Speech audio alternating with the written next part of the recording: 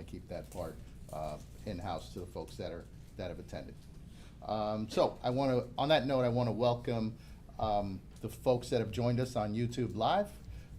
Sorry for the wait. I know there's typically a delay. We were just talking about some of the housekeeping items that we typically get done rather than before we broadcast live out to the universe.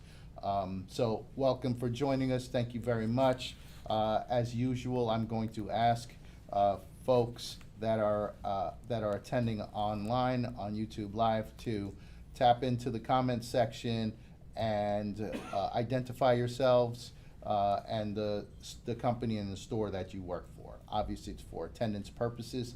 That's number one. Number two, also we have dedicated staff that is taking down your information, and your attendance card that we fill out here based on your comments will be your entry to the raffle that we're having at the end. So we're going to go through our respective reports. Then we're going to have a question and answer period towards the end of the meeting, and then the raffles to end the meeting. So if you have any questions, again, type your questions into the comment section. We have other dedicated staff that are recording your questions, and we'll bring them up front for them to be answered live in our meeting towards the end. Can I just add? I'm going to interject for 1 Sure. second. Do you know how long it's been $25 gift cards? I don't know how long it's been. 20. I was a member. Really? It's over 30 years. Wow. $25 goes We're gonna raise, with the board's approval, and I'm not gonna ask them to vote on it now, but we're gonna submit a proposal to raise the in-house, or actually, it's not only in-house, we do it for YouTube Live as well, but for $50 per winner as opposed to 20. It's literally been 30 years Yeah. plus, and it's been $25, and it never dawned on me till just now. So that the actual impact on a member is not kept up with the time, so we'll get that on the, Sam, put that on the agenda for October, please. Well, we'll see that. We're live. Things are changing here. I just can't believe I Thank never you, thought about that. President Mill. Appreciate that. That's awesome. So we will be doing a raffle later today of $25 gift cards. Okay, today's the last day we're doing those, yeah. Collector's items, Yeah. okay? How many members of the board are still in the room? Let me see your hands. I think just Schnarr's left.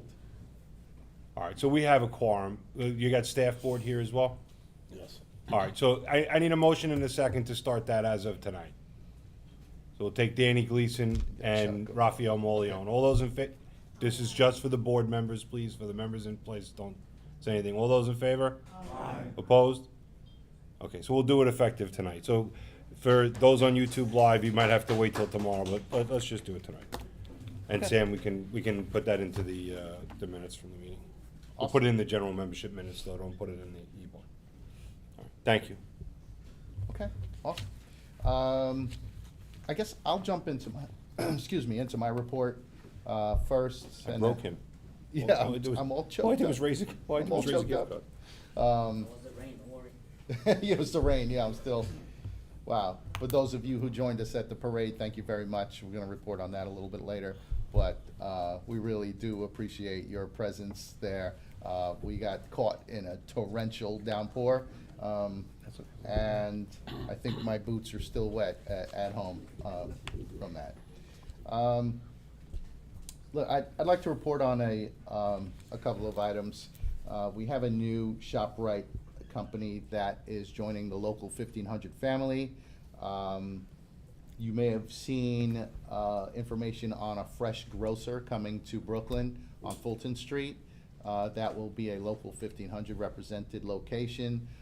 Their parent company is Insera ShopRite.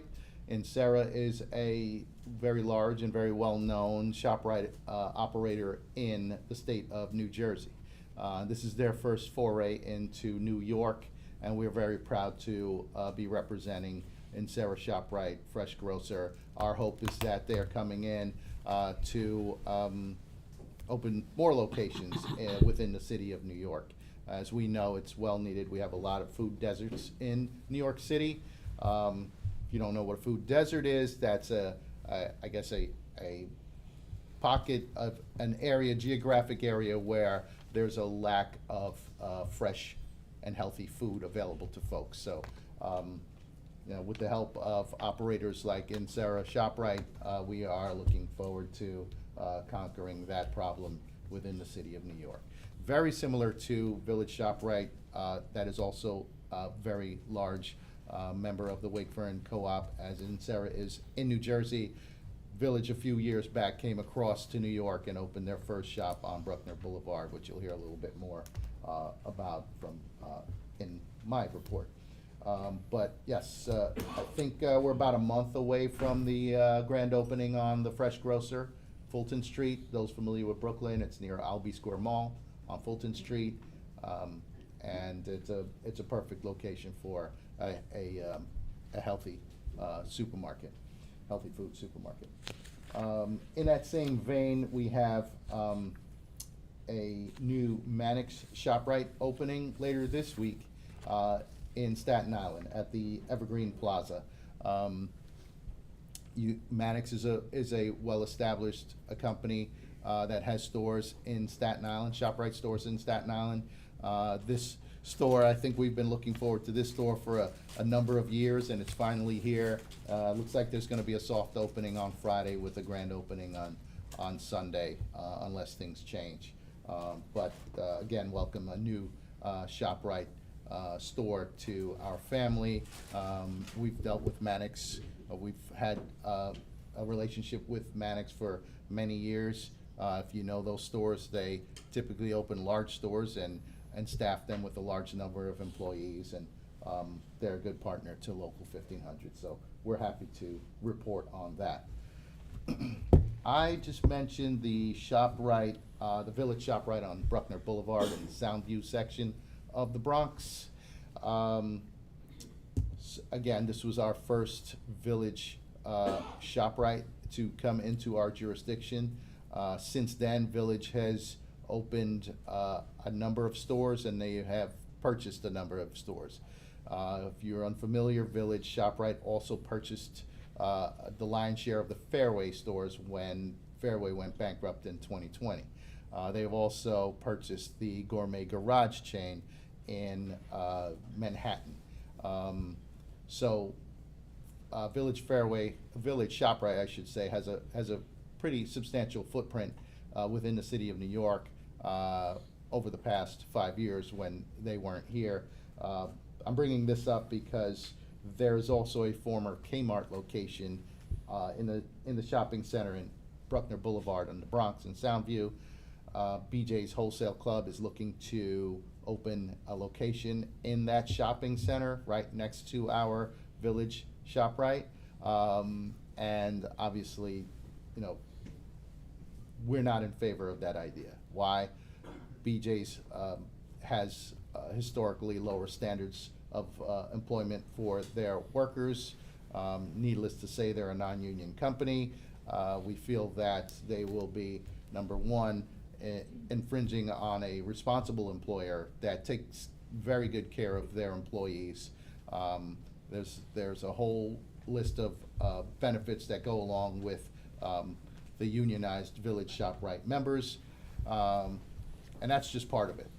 What a BJ's could potentially do to the traffic in that area, it will be devastating to the folks that live and shop in that area. So there was a town board meeting a couple of nights ago that some of our staff attended. There will be another town board meeting next week that we're looking for some more membership to attend to help us speak up on behalf of, number one, our unionized employer, and to speak up on behalf of the impact that it's going to have negatively to our folks that live around and shop around the Soundview section of the Bronx. So stay tuned there. There are a lot of things that we do that are not necessarily an everyday occurrence or a run-of-the-mill thing that folks go to work and come home every day and may not hear about these battles that we fight with our lobbyists, with our attorneys, our staff, and our membership in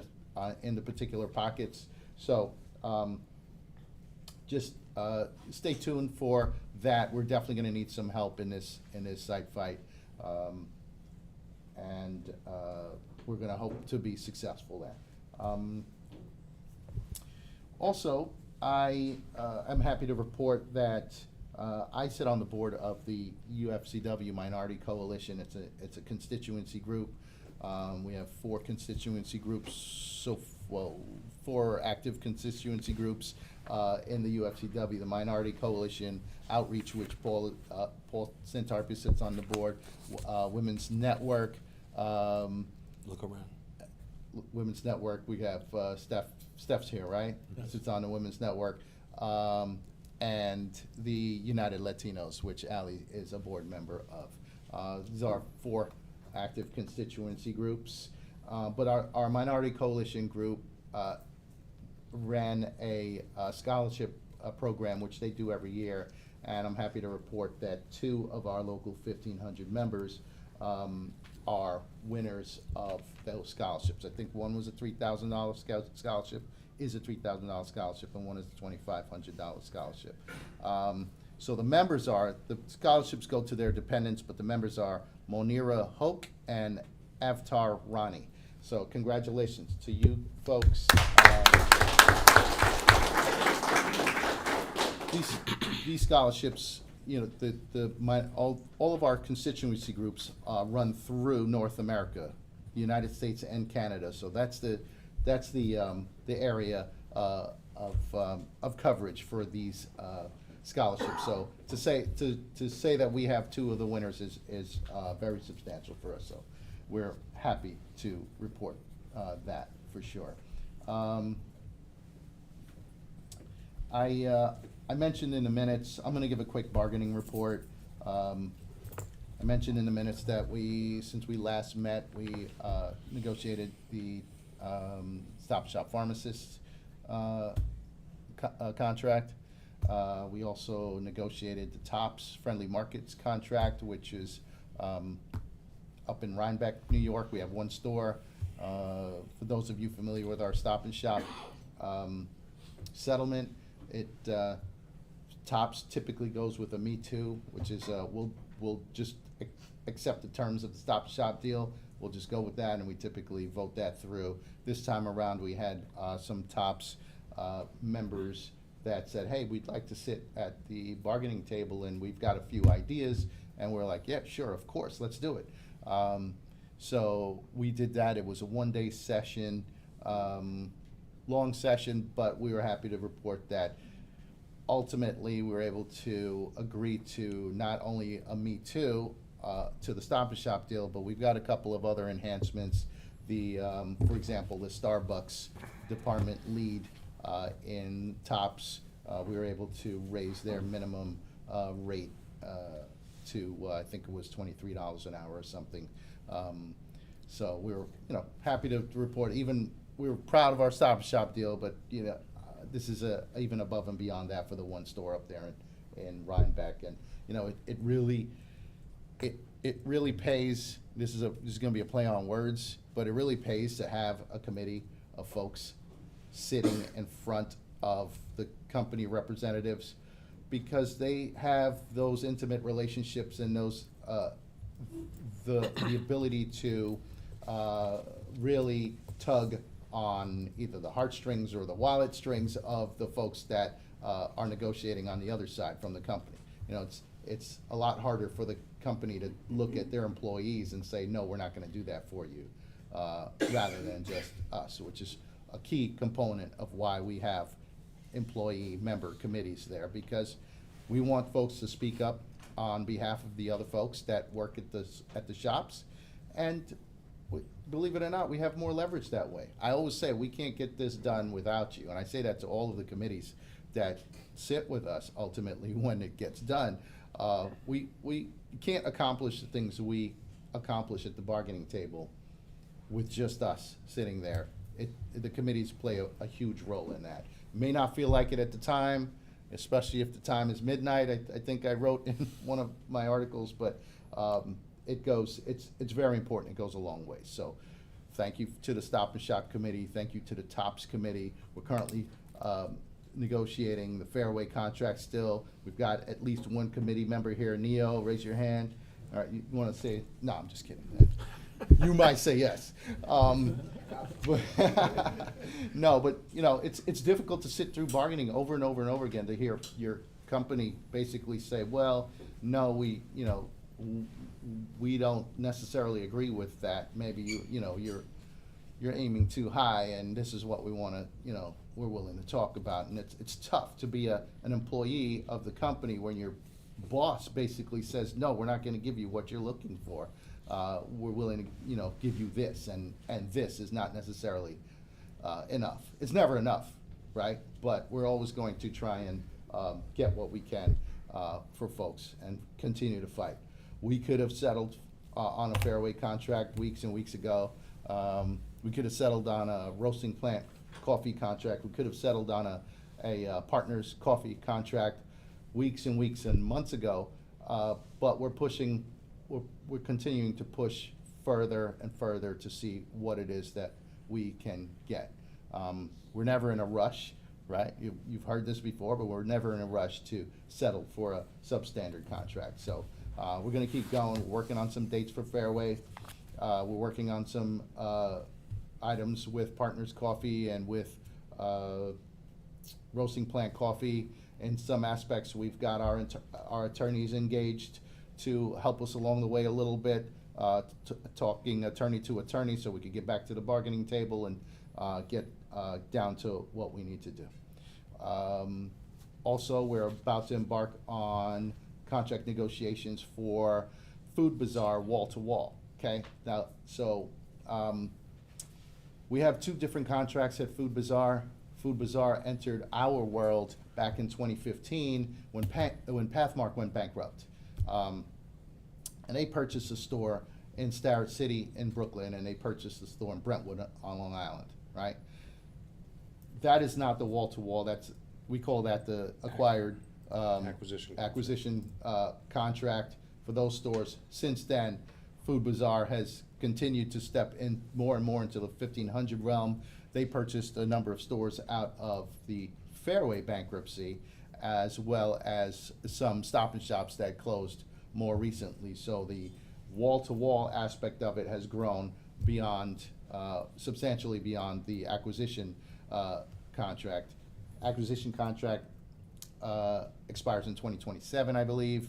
However, we are working on the wall-to-wall contract, and we're about to have a proposal meeting with the members there.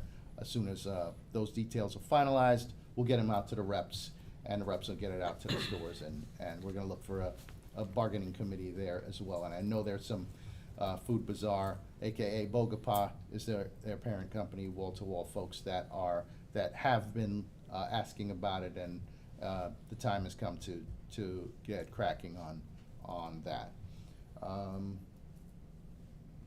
That's the end of my bargaining report. If you have any questions, by all means, feel free to ask. Again, we're gonna have a question and answer period at the end of the meeting. And I will say just thank you for being here tonight. I'm gonna pass it off to Paul. You wanna- Yep. Thanks, Joe. Thank you, everybody, for those that came out and those that are on online. I just want to touch base on a couple things that Joe had mentioned in the minutes. The charity fund, we had a few events this year, and I just want to let you know that I want to thank you for making those events successful. I'll start off with the fishing trip that was most recent. We raised $1,414.25. The comedy club, don't mean to correct you, Joe, we raised $5,160. Nice. And the bowling event, which is usually our largest event, we raised $15,300. We have this gift basket that we had posted online, and been trying to raise money with this gift basket that was donated by Glass Garden ShopRite. So hopefully tonight we're going to pick a winner, and if you bought a ticket, then enjoy the gift basket. The blood drives, they were successful. We had a blood drive in March and then in August. Usually we do one every March and either July or August. Lately it's been August. I can tell you that next year, March is going to be St. Patrick's Day. So please, I need donors for this event. We need donors. It's not my event. It's local 1500 Shore event. It's Paul's event. Yeah. But we need donors. We need people that are willing to take the time to donate, because every pint of blood that we get saves 3 lives. And I think that's it, Joe. Yeah, thanks, Paul. Look, there's a crisis in New York. There's a crisis on Long Island as far as blood shortages go. It's critical. It's very critical. And we see people age out, people retire, people move away. So the typical blood donors that we've gotten over the years, the numbers have started to dwindle a little bit. And it's great to see new folks come in. In fact, that's what we need. So if you've never donated blood before, please sign up and do so. Not gonna be intrusive in your lives and say, hey, try not to get a tattoo before the blood drive's coming up, but maybe try not to, right? Because you're gonna get turned away. How long? 3 months. 3 months. All right? So, you want to get it 4 months before. Can you change the date? Right now, no, because I already agreed to that date. I was, I guess, it was said to me that they're not going to take blood of somebody if they're drinking. So if someone comes in tipsy, they're not taking your blood. So please, if All you're right, coming to then donate, that's don't drink. The list is shrinking and shrinking. Afterwards, I don't know. But no, seriously, it's not even to put it on Paul and the torment he puts himself through for the blood drive. It's critical. So if it's not you, someone you know, it's not just a member only thing. We'll take anyone's blood. All right. Bring some of your exempt managers over. We've had managers come many times. Family members, friends, neighbors, enemies, whatever. Bring them. We need their blood. Okay. So, thank you for that. Thank you, Joe. I think we're going to pass it over to Secretary Treasurer Ali Wadi for her report. I don't know how to follow that. Enemies? Okay. Look, just want to say hello. Thank you as always for being here. It's always a pleasure to meet with you all. I think that there's been at least one of these that I missed this year, and it's always very sad for me, believe it or not. It is something that's very cyclical. I was having a conversation prior to this meeting with one of our members or 2 of our members, and talking about how our lives revolve around the calendar. This is something that happens every 4 months. We kind of prepare. It's like this family thing that I kind of feel like, it's not just a word we use. I truly feel that we are a union family. I'm hearing the minutes, and as much as I enjoy Joe's voice, obviously, I certainly get reminded of all of the things that we're doing, and I do appreciate your patience and everything, your attention to us while we're speaking, and the fact that you may be hearing this for multiple times, especially for our executive board, who get to listen to this quite a few number of times. But a couple of things kind of struck me tonight, and in the minutes and in the things that we're doing. We gave 300 backpacks this year, which is way more than we've ever done. And honestly, kudos to you all. Kudos to the staff. I do want to give them a round of applause. That doesn't just happen. We have to order them. We have to pack them. Mr. Santarpia has to put them together. He is very detail-oriented, I'll say, in a nice way. Because he really follows that process. You don't have to tell him blood drive, backpacks. There's so many things that he stays on top of. Things that go back to our members. It is really important for us. We do know that things cost more money now. To Rob's point about the $50, versus $25, we appreciate you all and what you do, and it's, it doesn't get lost on us. It really doesn't. We know that it takes a lot of folks to accomplish this. So something that was said about the blood drive, I kind of want to bring it back to you all, right?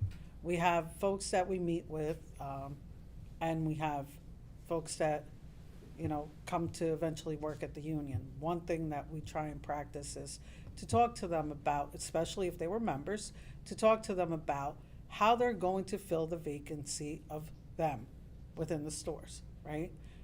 You all come here or watch us on YouTube, which we appreciate. But one thing that's really important for us to replace the folks that come after us, right, or that work with us. I was having a really nice conversation with someone that I know very well and told me that he's retiring in the coming year, right? So will this face disappear from our meetings? Will this person stop attending events like our fishing trip, or, do they become a new retiree member on our club, which is really cool. If that happens, please, by all means. I even said I will start attending more meetings if you come. I'm very fond of this person. But I'm bringing this up to say that it's Good luck really in retirement, Joe. not a chance. But That's not happening anytime soon. Yeah, Rob is trying to speak up on your behalf. But I bring this up because I do feel that it's important to fill those vacancies. And while I really enjoy all of your presence here, I would love to see us kind of work on building the future by preserving our past, which are words that we've said so many times here. And I do think that they're really important. We had our wonderful Labor Day parade this past Saturday, and you could say we made a splash. So to keep it light, but it was very impressive to me to see the number of people that came out. But it was more impressive to me to see that we all got soaked. We had a good time. And that's sort of what this union is made of, right? We're a union family. We do things to hold each other together, to protect each other, and to have each other's back, because that's what a union's about. So I want to bring up something that happened in one of our shops, because there was a situation where some members were in potential danger, which happens often. A lot of times we hear either from a company person, a shop steward, a member, right? And I want to encourage you to say, if there's something going on in your store that's fishy, that's upsetting, that's maybe dangerous, you see a concern that's maybe of safety, please pick up the phone. Don't wait until your rep goes in or until someone else does it. It could be a situation where you could be saving someone's life. It could be a situation where someone is feeling unwell.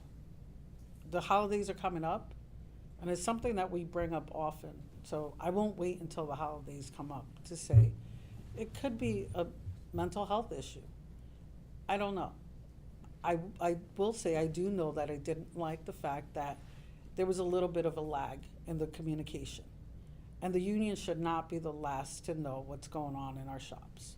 We should know everything that's going on in the shops, and we should be able to jump in. We have a whole bunch of people here, and if I called the entire staff up here, it'd be a pretty big chunk of the folks that are in here. They're not here as a punishment. They're also here to provide you services. We have our office staff here tonight for those watching. If you have needs in, the medical department, the pension department, whatever department, we're here. We're here for you. We're always here. But sometimes you have to pick up the phone and you have to call us and you have to exercise that right. So I wanted to take a little bit of time to focus on that. We're trying to get back into full-blown business. I think the last thing we had on our agenda was to, bring back the Breakfast with Santa, which I think is something that a lot of people enjoyed. So this year we're bringing back Breakfast with Santa. We will be doing it. I don't have a date yet. December 14th. Oh, I do have a date. We have a date. I was corrected. That Thank was you, quick. Paul. I Sorry. told you, Paul's all about all of the events, so put it in your calendars, and please let us know if you're coming. It's important for us to be able to provide these services for you, and whether it's breakfast with Santa or your union rep coming in and, you know, cracking somebody's ass, or whatever Rob would say. It's already cracked there. But Cracking somebody's ass. just make sure that you're reaching out to us, and also, if you have any ideas, I welcome that. I'll definitely point over to Paul for that department, but we'll work together and we'll get it done. Wanted to make a special mention and embarrass someone a little bit today. Whether we're talking about the Labor Day parade, we're talking about breakfast with Santa, and this person doesn't know this yet, but I'm sure she does. There's so many things that happen here, where Samantha Reyes, who is in charge of our executive office, is very involved. Speech? No, I just wanted to take a moment to say thank you for everything that you've done, and potentially some of the abuse, say that very low, that we give you, but we really appreciate what you do, and you working with us to get that accomplished.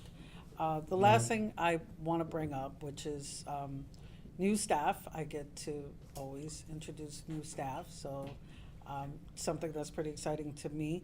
We have two folks in the room.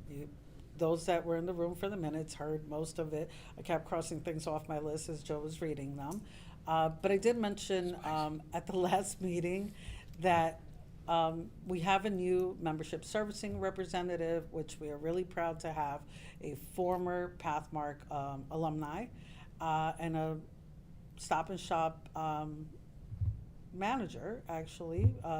She was an exempt, but she's back to us because she saw the light. She knew that it's better in a union. I like that. In case anyone doesn't know this, it's better in a union is a slogan. I want to change it's better in my union. So that's what we're going to say. So I just want to call up Fiona to come in and just say hello. No speech. No speech, Just wave at the just at the pass camera. right by. You don't and even so have that to we stop. can identify Come you. on. Come up. Is she on a conveyor Come over belt? here. Come on. The world needs to see you. Hi, everyone. Fiona Gibson, everyone. Fiona Gibson. Yeah. She didn't stop. She took that shit legitimate. No, that's okay. We welcome you. It's very informal. But I do promise you, we will get you up here soon to speak. So Be don't ready you in worry. December.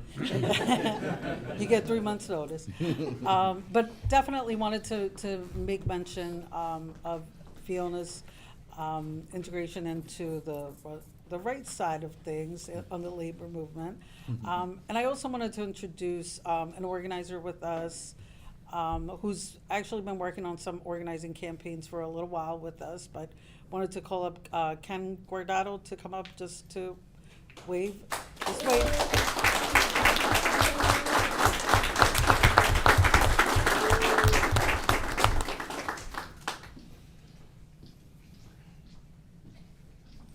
She's squeaking. Squeak, squeak, squeak, squeak. This is Ken Guardado. Ken comes out of Blank Street Coffee and has been working with us to develop more campaigns in that industry. So we welcome him, and we're happy to have him with us.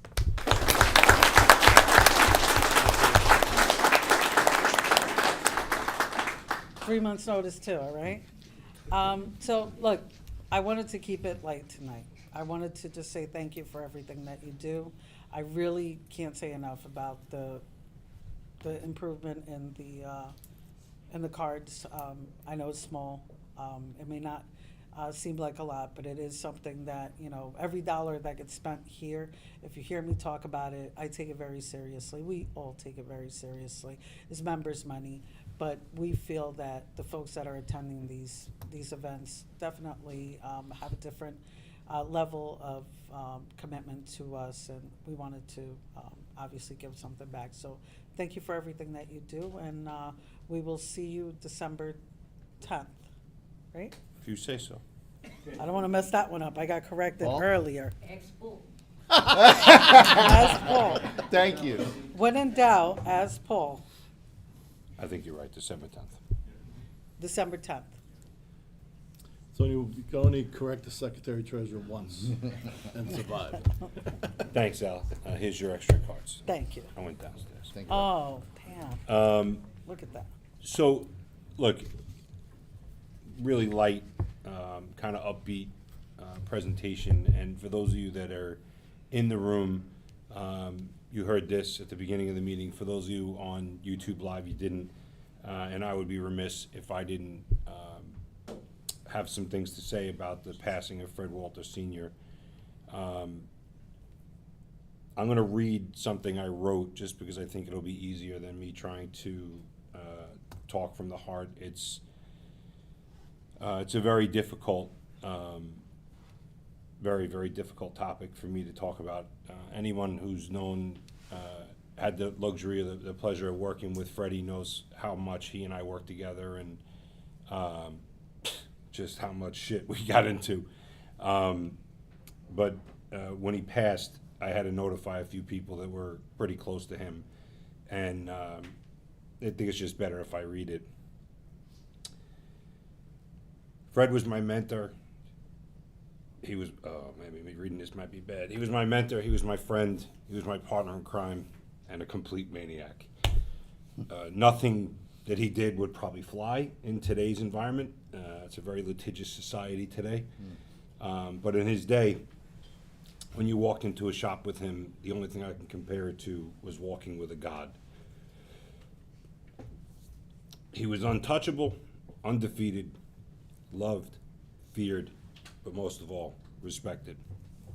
I was really lucky to have both worked with him and have his love and respect. When we were together, there was mayhem, often. And I'm always going to miss that.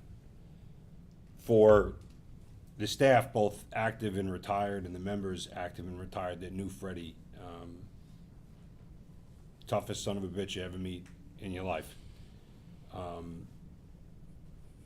You know, the other side of being as close to Fred is that when you did something wrong, you got it worse than everybody else, because his expectation was that if he put his trust and his faith and his training in you, that you would be above the bar at all times. And when the time came that you failed, oof, that was not a good place to be. But losing Freddie sucks.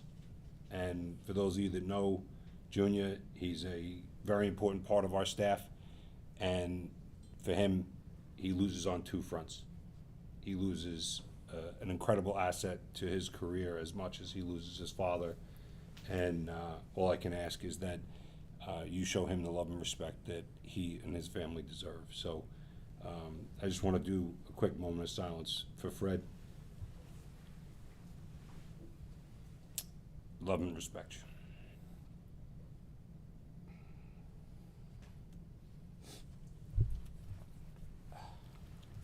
Thank you. So it's kind of hard to shift and change from that, but I'm going to do my best. So a good friend of ours from Local 371, the president of that local, Ron Petronella, retired as of August 31st. Obviously, we wish Ronnie and his family nothing but health and happiness in their retirement. Local 371 is now in the hands of Brian Truini, the president of that local, and the new secretary-treasurer, Kerry Hona. We do a lot of corroborated efforts with our friends at Local 371, and we look forward to working with the new leadership team there going forward. One of the first places we're going to get that opportunity is September 25th. We're going to have a ShopRite chain meeting. So for any ShopRite people that may be watching our meeting, yes, we are aware your contracts will expire next year. We will be getting together with all of the UFCW locals in regions 1 and 2 that have ShopRites in their jurisdiction, so that all of the bargainers and all of the executive officers can get together and discuss commonalities, issues, and plans for upcoming collective bargaining. For us, the ShopRite Cooperative as a whole, as a collective, is by far our second largest employer. They long ago grew beyond the size of King Cullen, although it is split over 6 or 7 different collective bargaining agreements. They tend to negotiate in groups, so very, very important set of negotiations for next year, and I'm sure Joe and Ally will do as good, if not better, the job that they did with the Stop and Shop contract, but it's gonna take a lot of commitment, and that commitment for us starts on 9/25 with all of the other local unions. I want to commend Tariq Thomas, Nadline, Bishop, and Gina Guelle for an incredible job done while working on loan with Local 888. Local 888 ran an election. I believe the ballots, I think, may be due this week. It was a 1,000-member healthcare facility. When you think about trying to organize new members and organize new shops, and, you know, a lot of the coffee companies that we're negotiating for, you know, there's anywhere from 10 to 15 or 20 people in a coffee shop. There's 1,000 people in one facility. This is a massive undertaking. They needed some help. They needed some people with specific demographics or maybe some background.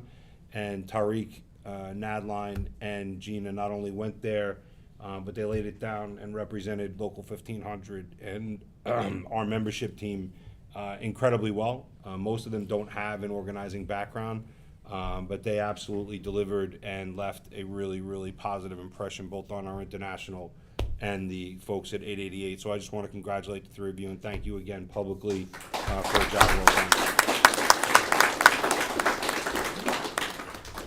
done. One other item before I get into just some updates on the funds.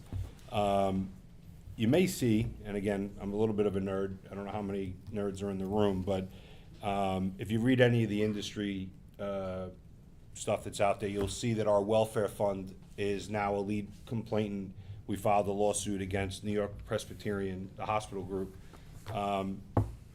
Because we're on YouTube Live, for obvious reasons, I am not going to comment about the fact that we filed that lawsuit, why or how, because everything I say on YouTube will be used against us or be brought in some type of evidence. So all I would tell you is it's a very, very important case, and it's not one that we filed frivolously. We have great representation, and it is representative of a class, so we are not alone. This isn't David throwing a rock at Goliath. This is a lot of folks who feel the same way getting together to file this suit, but we are one of the lead plaintiffs, or lead complainants, forgive me. So if you see it, yep, it's us, and it's all being done to try to maximize how far your welfare dollars go and to make the system a little bit more fair, and I'm gonna leave it right there, but just be aware that your welfare fund, as always, is on the pursuit of the right thing to happen for our members. While talking about our welfare fund, I kind of harp on the difficulty that high-cost claimants bring to us as far as paying the bills, projecting costs, being able to keep up with the level of benefits that we have. And there's always a select number of claims that spend a significant amount of money. Some of that can be attributed to the facility that those procedures are performed in. I can tell you that our top claim was out of Presby in this particular report, but this is January through June 30th. There are 70 claims on these 2 pages, 70. Those 70 claims are representative of $7 million plus in total cost. The total cost for our fund over that 6 months was only $19.5 million. So 70 claims represented 36% of our total fund spent. That's bonkers. We typically spend $50 to $65 million a year, and when 36% gets sent on 70 claims, it becomes increasingly difficult to project what you need going forward.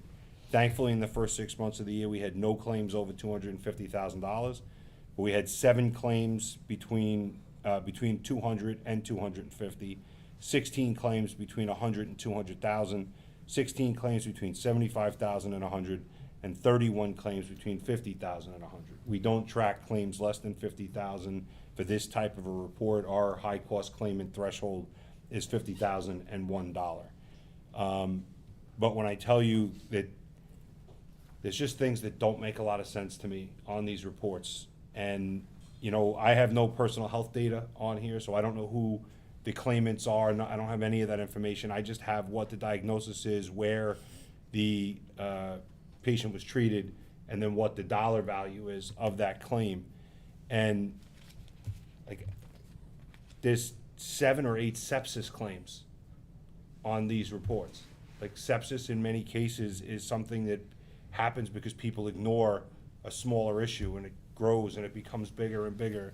Some, you know, unknown organism. I mean, there's ways we can handle ourselves better, use our benefit plans more responsibly, and probably in the long run live longer, healthier lives. I've been preaching this from this table and any microphone I can get in front of for the better part of the last 3 years. But certain trends just don't stop. And high-cost claimants are what makes our negotiating process significantly more difficult, because the amount of money that goes towards the health and welfare fund, the pension fund, the annuity fund, that all effectively takes money out of your pockets at the end of the day. If there was less money being spent there, there'd be more money in wages. That's just simple math. So everything that we do is designed to try to reduce our spending there without lowering your benefits, and then find a way to put those additional savings back in the members' pockets through your hourly wages, bonuses, and things of that nature. But I wanted to let you know that. The pension plan right now has paid this year already, first 6 months of the year. Now, this is not anybody getting a check from Prudential. This is just us sending these checks out from ARIA, has paid $20.521 million this year. Written over 5,600 checks in the first 6 months of the year. And again, that's really only from the latter part of 2015 forward. So, I mean, that's an exorbitant amount of money. Every month, we're now pulling over $2.5 million out of our reserves to write pension checks or to do the direct deposits.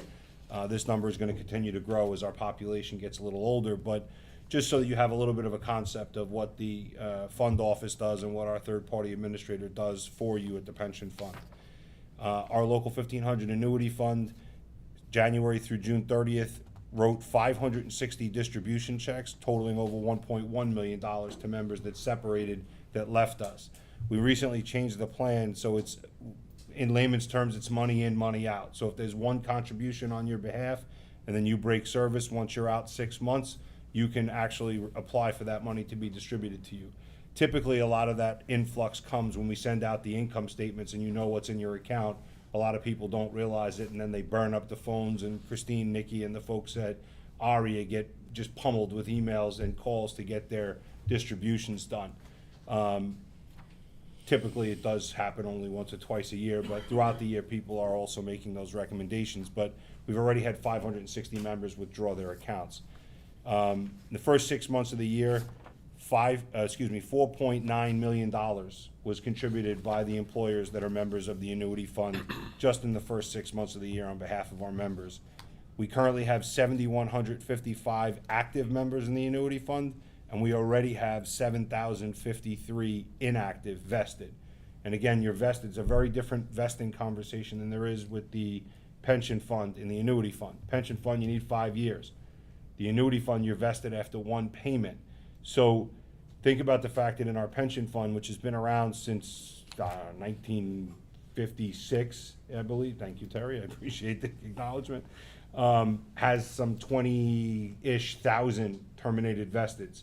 This fund has only existed since the tail end, November of 2015. It already has 7,053 termed vested. So what happens over the next 10 years plus, it's going to grow exponentially.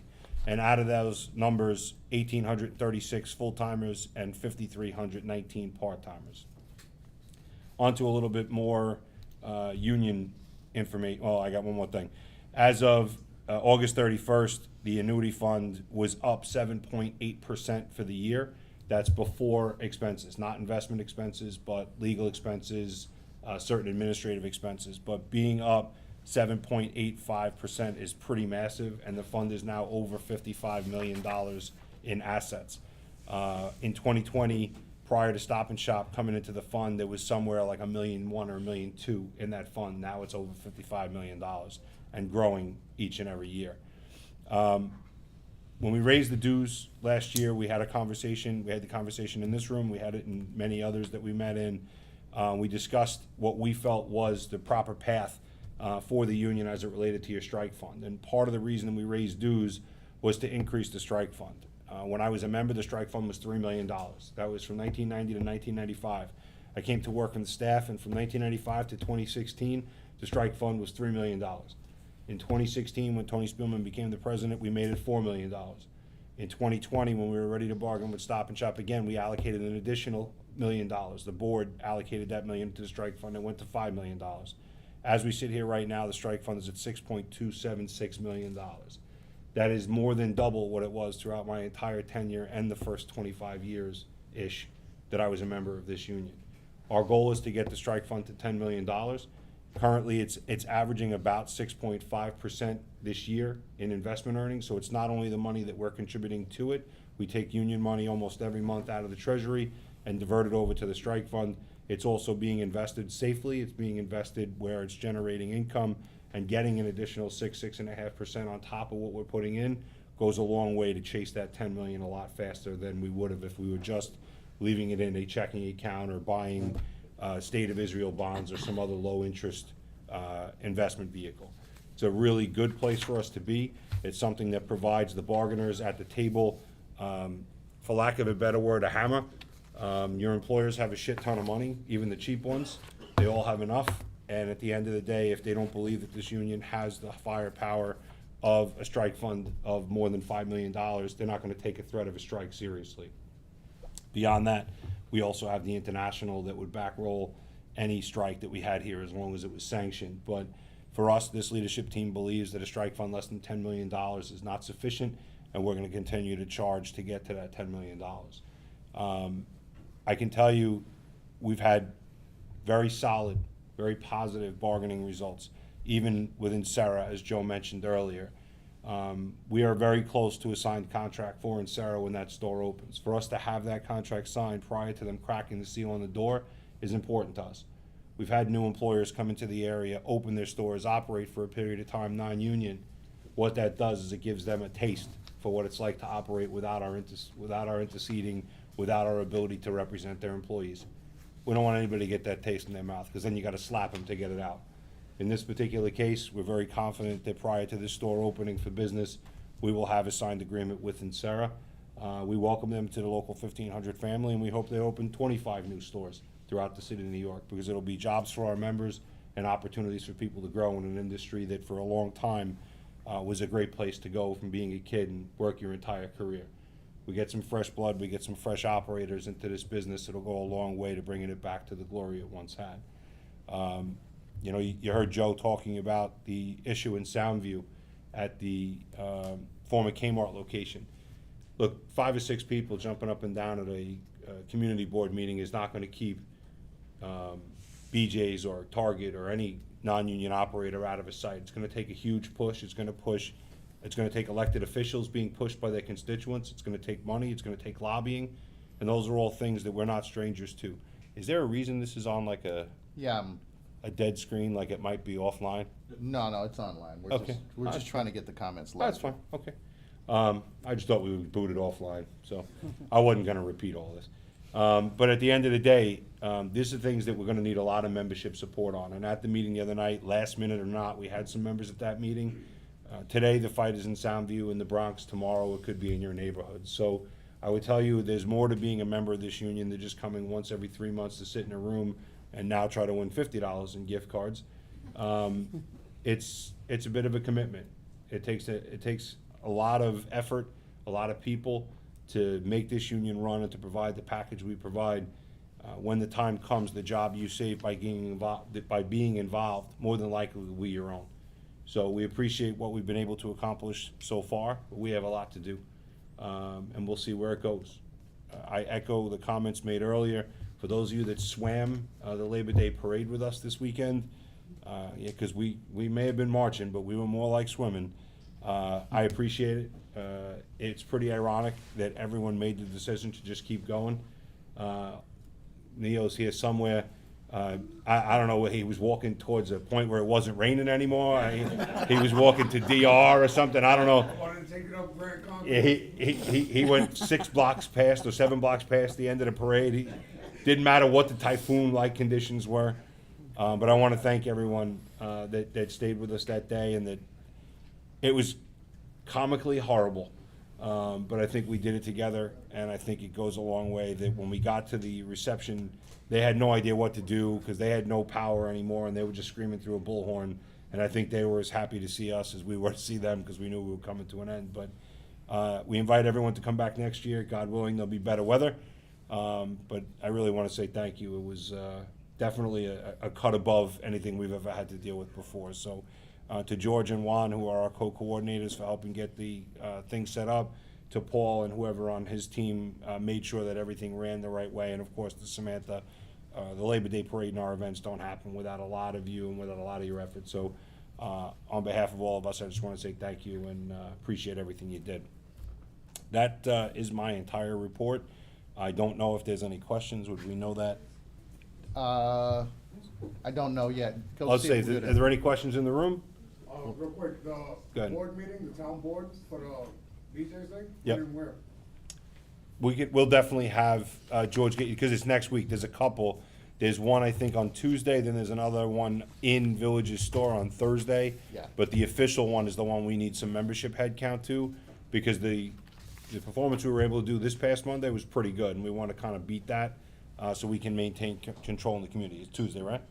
Executive committee on Tuesday, general board on Thursday. Oh, so I was wrong. It's Tuesday and Thursday, the 2 meetings, but we'll have George touch base with you. Yeah, we'll get a confirmation to you, because we're definitely gonna want some folks. Anyone that's interested in coming to help with that, you can email George K. at ufcw1500.org, or send an email to us at info@ufcw1500.org, and we'll make sure all the dots get connected, okay? Just I don't make know why sure I you said wear your George K. fish It's suit. not George's store. First one that day? It's not Film George. Bruce Lee. Phil. Yeah, it's Vilmer's store, but that's all right. We'll That's okay. We're live. You know, these things happen. Just, we're gonna do the raffle soon, so if you haven't signed in yet, sign in now, or you're gonna miss your opportunity to. All right, so here's the questions. 1, 2, 3, 4, 5, 6, 7. Hannah Anderson, ShopRite 202. What would the process be to get BJ's to also be a union shop with its workforce added to Local 1500? We've, I believe, ran 6 campaigns against the BJ's company throughout my tenure here and just prior to me coming on the staff. We have not won an election. It would take a hell of a lot of work, a lot of commitment, a lot of volunteers, and a great organizing committee. If it's something that you're interested in, Hannah, I would highly recommend you reach out through your rep, and we'll connect you with our organizers. But that's a long game. That's not something that gets resolved quickly. That's something you're making a commitment for a couple of years worth of your life to try to organize a company that size and a site that big. Not something we're afraid of by any means, but we do not have a current campaign out of BJ's as we speak. I will say, I can tell you that most likely, if we do reach out to workers, and they do reach out to us plenty of times, there's a lot of reason for them to want to organize, and we probably can start something. We just want to make sure that we do the right thing by them and invest as much time and effort as possible. So hence Rob's comments. Sandor Quinones, Stop and Shop 539. Hope you're feeling good, Sandor. How accurate are the rumors that more Stop and Shop stores will be closing? I don't know. I mean, at the end of the day, it's exactly what your question says. They're rumors. We have not been notified, nor do I believe we have anything imminent. That being said, Stop and Shop's a multinational corporation that makes decisions based on ledgers. They have leases that expire. If I sat here and said to you that no more stores would close in the next 2 years, I'd be lying. But do I think anything's going to close in the next 5 or 6 months? No, I would say that's probably not the case. We have not been notified in any way, shape, or form, but we keep pretty good tabs on our fleet. We try to keep up as much as we can on when certain leases are expiring. And quite honestly, we have a lot of decent relationships with companies that would be prospective buyers, and we have not heard that anything is in the pipeline to be purchased at present moment. So could be true, but nothing we know would point that way right now. Maria Diaz, ShopRite 218. Are we going to get Juneteenth in the upcoming contracts? That's the principal point of negotiating your contracts. It's not a benefit currently enjoyed by any of our ShopRite contracts. So if that's something you're looking for, Maria, I highly recommend you try to get yourself on the committee or talk to your representatives on the committee. I can guarantee you these 2 people here to my right will be on that committee. Juneteenth proposal is not something that's foreign to them. We have proposed it many times in previous negotiations. So if that's something you're looking for, you should do everything you can to either get your coworkers behind it or try to get yourself on the committee. Matt DeMarchi, hi Matt. I remember we talked about a possible addition to our legal team for immigration-based things. How are we looking with that? Matt, there is so much uncertainty right now surrounding immigration and the rights of immigrants in this country. We, as a local union, have not retained additional counsel. Our international union is even struggling to get a ton of reliable information. Unfortunately, right now, the way things are quickly appealed from one level in the court system to the next, as a decision is made that doesn't go the way the current administration wants it to, it can jump from a state court to an appellate court to a district court to a federal court in a matter of a couple of weeks. These are things that used to sometimes take half a lifetime. They can now get to the Supreme Court in very short order. So we do not have an additional immigration attorney, and I think a lot of that is because the information is muddy. What is today guaranteed could not be tomorrow, and it's a really, really fluid situation. We have plenty of people that our legal service department can refer our members with immigration questions or immigration issues to, but we're in an environment right now where people just going to court to fulfill a legal obligation for a court date, whether it be in a federal or a state court, could be picked up by ICE. And, you know, they're not exactly being treated fairly when that happens. They're also not sure if if they are in a situation where they could be deported, they may not even be deported to their country of origin. They could be deported to Africa. They could be deported to Eastern Europe right now. There's just a complete amount. It's reckless. I mean, at the end of the day, they're messing with people's lives, and it's really, really difficult to keep up with what's accurate as we sit here right now. Sorry, there's not a better answer for me to give, Matt, but that's where we're at. Rob Foster, King Cullen, Bridgehampton. How you doing, Rob? Is there any way that us in the East End stores could get included in some of the raffles that the union does? I'm not sure if you mean raffles like for the gift baskets and stuff like that, but yes, you absolutely can. Anything you see that we do a raffle for, we have a Venmo account, so money can be Venmoed to us, or you can always make a purchase through your rep or through a service rep. All I would ask you to do is reach out to Fred, right? Bridges Fred. Yeah. And if need be, you could also reach out to Steve Ziner, the Beard of Knowledge, or Jay Scorzelli, the secondary Beard of Knowledge, and someone will definitely be able to help you out to get involved, no problem. And Rob, you usually win raffles here, so you know if they're bringing you gift cards tonight, maybe you can turn them around into some raffle tickets and take care of it. Ermelinda Bascombe, ShopRite 275. When will head bookkeepers, CGO coordinators, scanning coordinators become department managers? See my answer that I gave to Maria Diaz. Your contract expires this next year in 2026. And I can tell you that adding department managers at full department manager rate is a significant task. Trying to add 3 at the same time, I'm not saying it can't happen, but I am saying that's a big lift. So, again, same advice. If you want to be on the committee, get on the committee. Otherwise, try to rally enough people to support it so that the employer understands across the table that it is a significant issue for those of you in those 3 positions. Matt DeMarchi again. Hi, Matt. 1 question per person, Matt. Any word on the Morton Williams acquisition going to 1,500 shops? No. Morton Williams is currently run and represented by Locals 338 and 342. Whether or not SRS acquires them, those stores will remain in the jurisdiction of Local 338 and 342.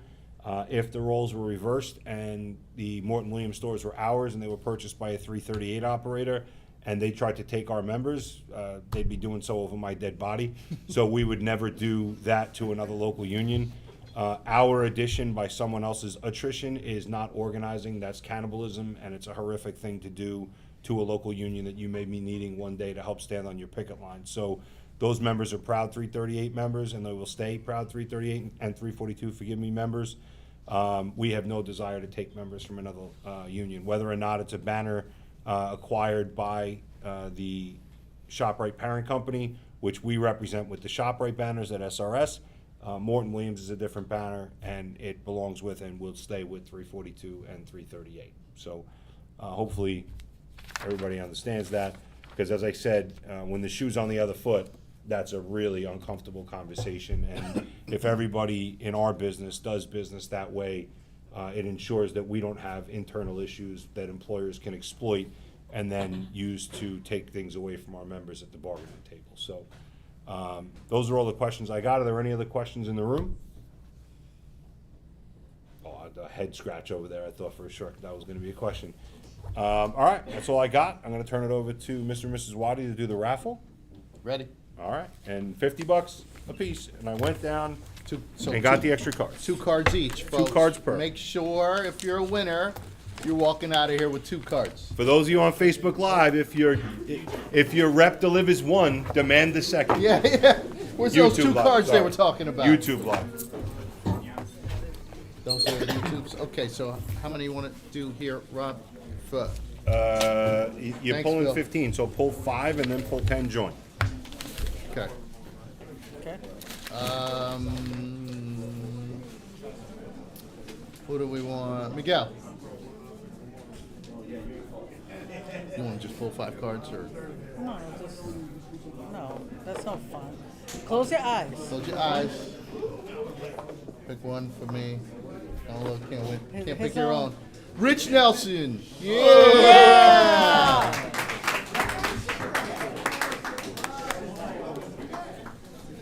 Sorry. 2 cards for you, Rich. Let's see how this works. Please pick a winner. Nice tan. Nice tan. From the Seriously. fishing, from the fishing. Marge Clerico. Saw Marge over there Wow. somewhere. Okay. Congratulations, Marge. 2 cards for Marge. Hi, Marge. that. Missed you on the fishing trip, Marge. Yeah, I'm sorry we weren't that's okay. there. We had fun. Yeah.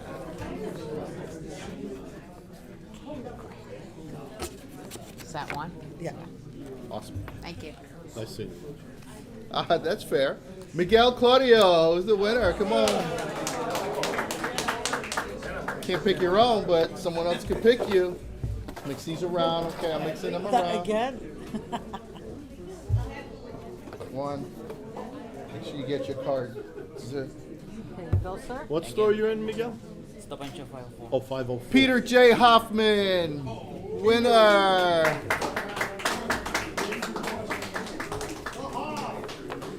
Congratulations, Pete. You only get one, Peter. I'm sorry. I'm kidding.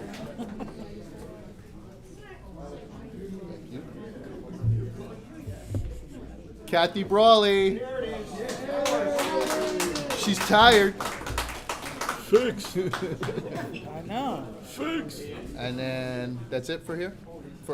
Not for here, for the first 5? Damn. That's Okay. Yes? Swap the chairs. Oh, How are you? oh kisses. No. those are new chairs, so I don't. All right, I don't so- know if Wait, that's gonna Kathy. Oh, happen. Kathy, you gotta. Wait, Kathy, don't go anywhere. I'm done. So I'm putting You gotta mix it up good. the sizable number of YouTube live cards that no. folks that were. That's kind of crazy. So I'm gonna just kind of mix it all Mix in it here. up good. I'm gonna mix it in here. Kathy Brawley's gonna be picking, so blame her if you don't win. That's nice. Yeah. Gotta- Okay, I need that's a, good. I need a Don't card. go crazy. Okay. Get the ones in your sleeve there, Joe. Got a pen? Yeah. They're all stuck together. All right. Don't look though. Close your eyes. I can't read without my glasses. Dan Carney, Stop and Shop 540. Congratulations, Dan. Dan, come and pick one. Yeah. Greg, come here. You can't win. No, No, just one. one. But stay here. Just pick one. Greg Pasquale. Rocky Shalebi. Come on up, Rocky.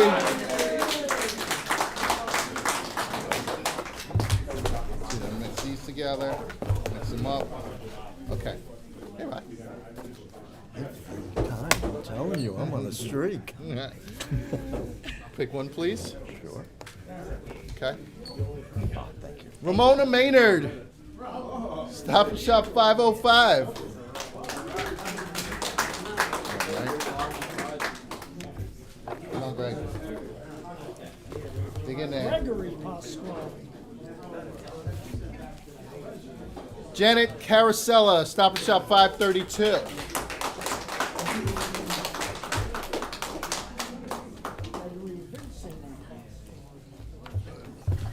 You can look when you're giving it to me, though.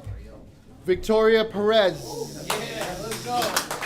People 448. Yeah. Pickwick? Victoria, I thought I was gonna say Victoria Sports. Congratulations. Thank you. There you go. Thank you. Lourdes Chacha, Stop and Shop 593.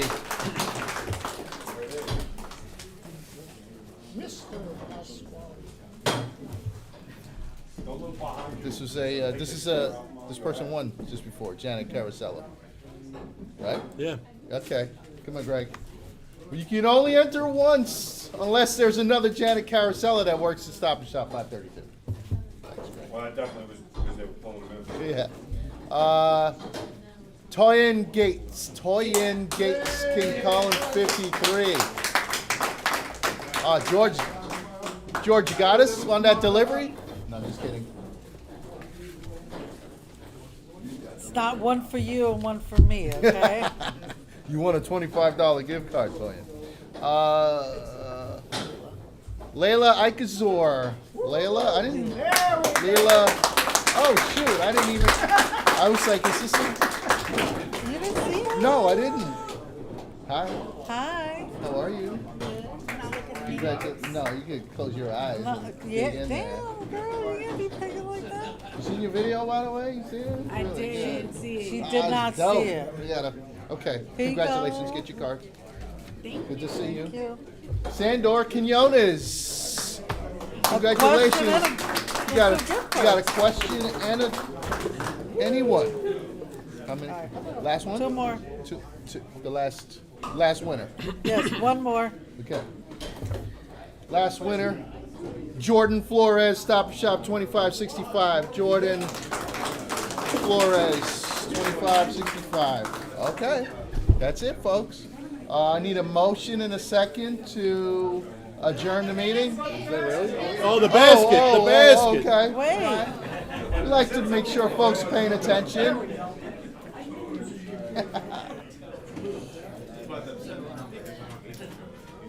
Who you wanted to pick?